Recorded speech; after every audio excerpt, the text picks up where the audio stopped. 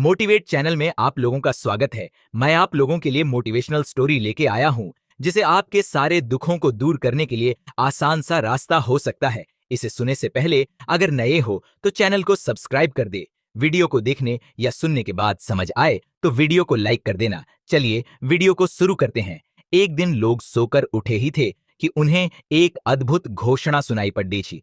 ऐसी घोषणा इसके पहले कभी भी नहीं सुनी गई थी, किंतु वह अभूतपूर्व घोषणा कहां से आ रही है यह समझ में नहीं आता था। उसके शब्द जरूर स्पष्ट थे, शायद वे आकाश से आ रहे थे, या यह भी हो सकता है कि अंतस से ही आ रहे हों। उनके आविर्भाव का स्रोत मनुष्य के समक्ष नहीं था।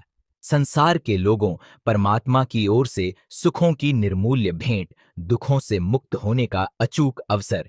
आज अर्धरात्रि में जो भी अपने दुखों से मुक्त होना चाहता है, वह उन्हें कल्पना की गठरी में बांधकर गांव के बाहर फेंक आवे और लौटते समय वह जिन सुखों की कामना करता हो, उन्हें उसी गठरी में बांधकर सूर्योदय के पूर्व घर लौट आवे।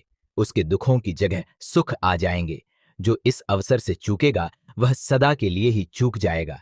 यह एक रात्रि के लिए पृथ्वी पर कल्प वृक्ष का अवतरण है। विश्वास करो और फल लो। विश्वास फलदायी है। सूर्यास्त तक उस दिन यह घोषणा बार बार दोहराई गई थी। जैसे जैसे रात्रि करीब आने लगी, अविश्वासी भी विश्वासी होने लगे। कौन ऐसा मूढ़ था जो इस अवसर से चूकता? फिर कौन ऐसा था जो दुखी नहीं था, और कौन ऐसा था जिसे सुखों की कामना न थी? सभी अपने दुखों की गठरियां बांधने में लग गए। सभी को एक ही चिंता थी कि कहीं कोई दुख बांधने से छूट न जाए। आधी रात होते होते संसार के सभी घर खाली हो गए थे और असंख्य जन चींटियों की कतारों की भांति अपने अपने दुखों की गठरियां लिए गांव के बाहर जा रहे थे।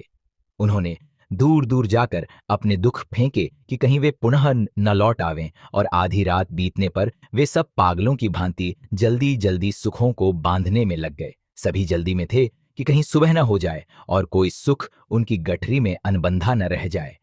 सुख तो हैं असंख्य, और समय था कितना अल्प। फिर भी किसी तरह सभी संभव सुखों को बांधकर लोग भागते भागते सूर्योदय के करीब करीब अपने अपने घरों को लौटे।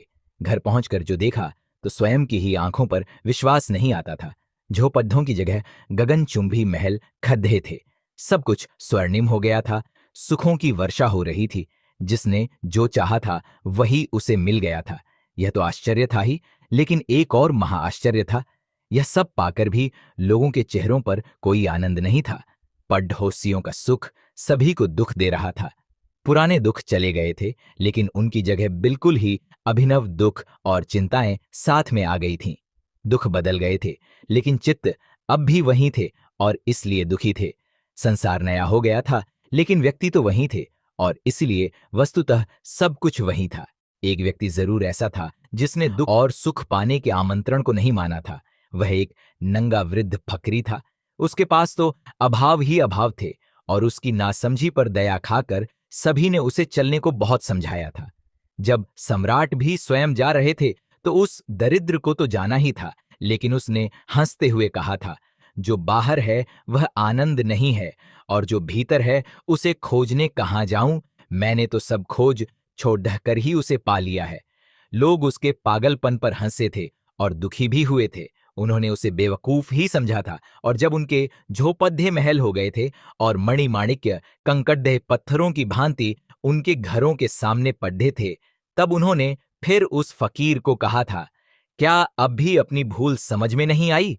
लेकिन फकीर फिर हंसा था और बोला था, मैं भी यही प्रश्न आप लोगों से पूछने की सोच रहा था। ये प्रसंग बताता है कि सुख का रास्ता आप ही के अंदर सो होकर गुजरता है। आनंद मन में होना जरूरी है। बाहर की चीजें कितनी भी अच्छी क्यों न हो, उन्हें पाकर हम खुश नहीं होंगे।